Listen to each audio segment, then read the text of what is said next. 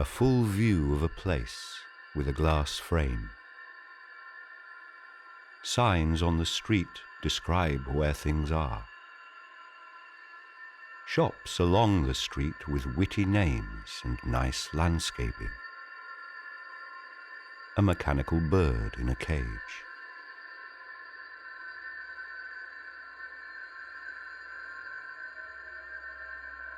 The mechanical bird grasps to the cage and is reflected in a mirror. And I am now surrounded by pale blue sky with a silver volume suspended in the air. It is a glass building near a freeway exit.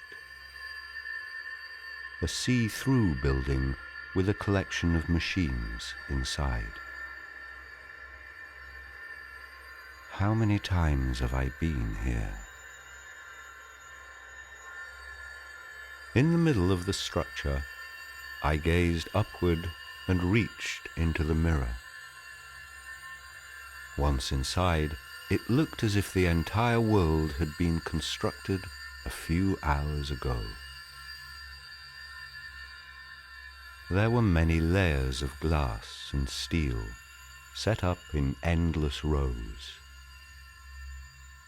And I ran my hand over each layer as if to repair and protect them. Catching sight of my appearance in the mirror, I gasped at the loss of my own features in the reflection. Then I had a sudden recollection of what was going on, and with a snap of my fingers, I was outside of the building as it began to fade into the late afternoon sunlight.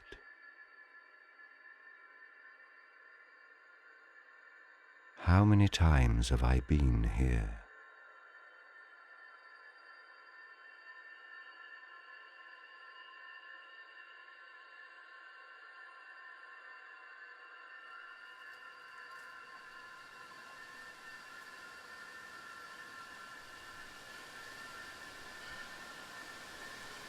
It was so dark that I could only see a faint trace of pavement, a dim illusion of the earth beneath my feet. Just then, the lights of the parking lot sparked, filling the city with signs of civilization. I continued to follow the signs. And there it was, in the distance, the building. The building that had provided for me. The building that kept an eye on me. The safe, beautiful home that had been designed to kill me.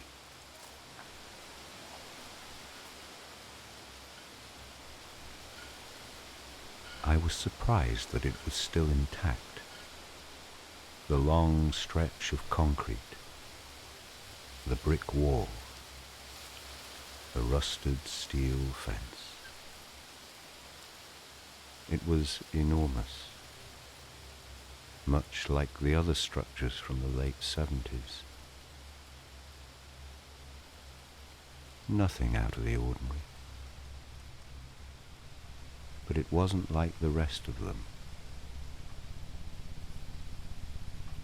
Looking closer, I began to see the dust and decay and pain beneath the exterior of the building. The debris seemed to leak from every crack in the stone, every shattered window. On the other side of the building, images of the city filled an otherwise empty courtyard. Paintings of freeways and vacant parking lots. A long exposure photograph of an old street. Large black canvases hanging in broken frames. Even more signs were scattered on the concrete floor. A collection of briefcases, an intercom system, a pile of televisions, and an exact replica of this very building, with smokestacks in the background and fake trees in the front.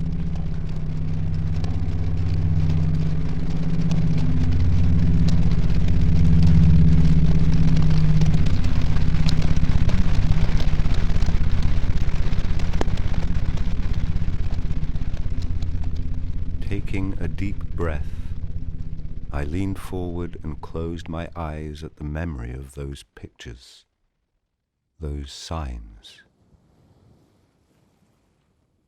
The memory was an anchor, falling through the depth of the architecture, its chain cut by the surface of the building. It fell deeper, deeper, deeper, and deeper, absorbing every object in every image. And there was a long stretch of time before I finally reached the bottom.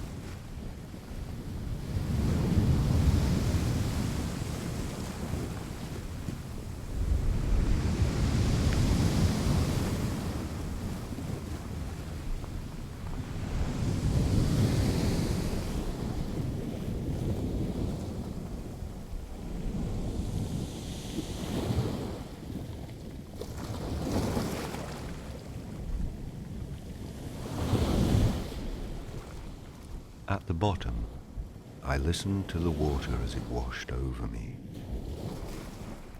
like the endless stream of images that occupied my mind.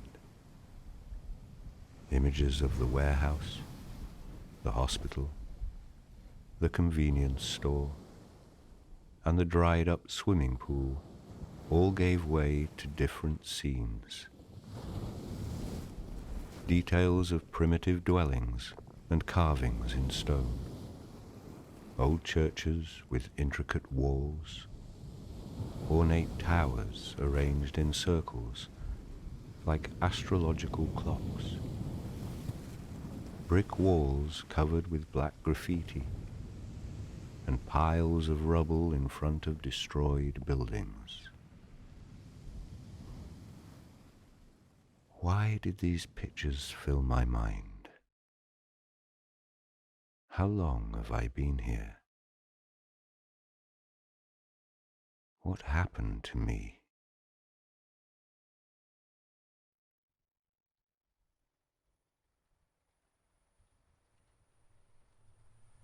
Trying to figure out what was going on, I opened my eyes and realized that I had lost track of time, and that the stench of decay had gradually begun to seep into my bones.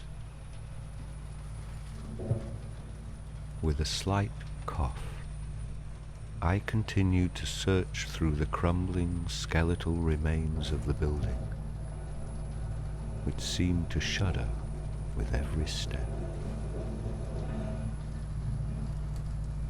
Trying to remain composed, I walked through the shallow pools of muddy water until my gaze fell upon a staircase leading to the concrete parking lot below. And somehow, in that darkness and silence, it finally felt safe to be there. I exhaled deeply and no longer felt a sense of guilt and disgust, but rather one of calm detachment. And it became much easier to leave behind the images that had weighed so heavily on me before. I didn't think I was capable of such a thing.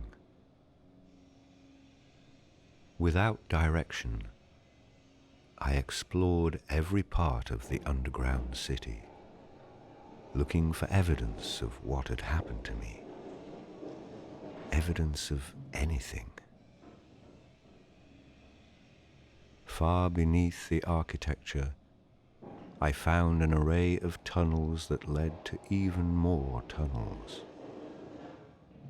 There were small, empty chambers in the center of the building, but inside the empty spaces were additional empty spaces.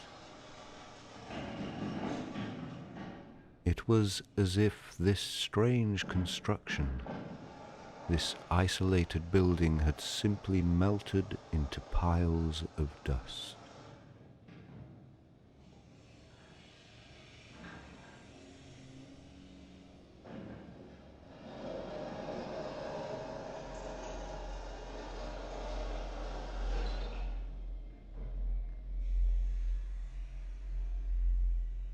One last time, I ran my hand over the things that remained. The rusted steel, the damp stone, the broken glass, the endless debris. I ran my hand over each layer, as if to repair and protect them, and I said the name of each material that I touched. Steel, stone, glass, dust. The words echoed through the empty corridors down to the city below. They echoed in the hollow of my throat. They echoed in the hollow at the most distant part of my consciousness. Finally, I was able to lift my hand from the concrete wall, letting it go.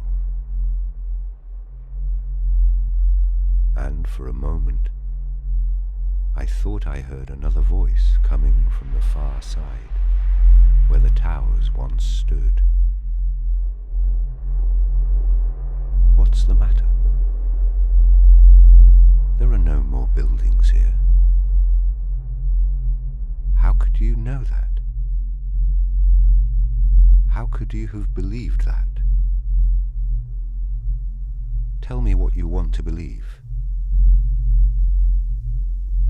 I don't understand how you lived here. What did you expect to get out of this? How did you expect to get out of this?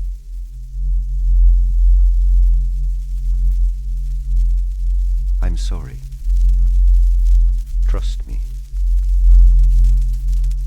You can hardly blame me.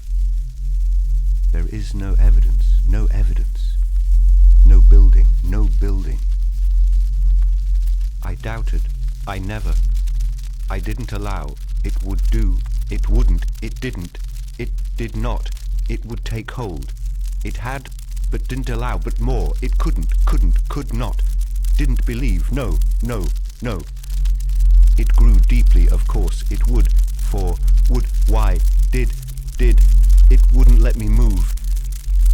There was no reason to leave. I'm having a profound recollection of what happened to me. I'm having a profound recollection of what happened to me. Those final words echoed in and out of the chamber and pierced the broken marble floor. Then there was silence. With great effort, I kept my eyes open and saw the building and the rest of the world begin to rise and fall. Even as I struggled to keep my balance, I could once again feel myself sinking down into the core. The anchor was still in place, I was the anchor. In the deepest corners of my mind, there was no chance of escaping the reflections of the darkened landscape, the sunken warehouse, and the glass building. Of course, it was the glass building that had taken up permanent residence in my thoughts. As the last few drops of light floated in the air above, a mirror appeared in the corner, and I could finally see a clear image of my entire self. In that glistening vapor rising from the water, the mirror offered up the secrets that had become part of the building. But there really was no building, and there was no seeking refuge. That the difference between profound isolation and total satisfaction had only turned out to be an illusion. And in the end, it was impossible to escape the boredom reflected in tinted apartment windows.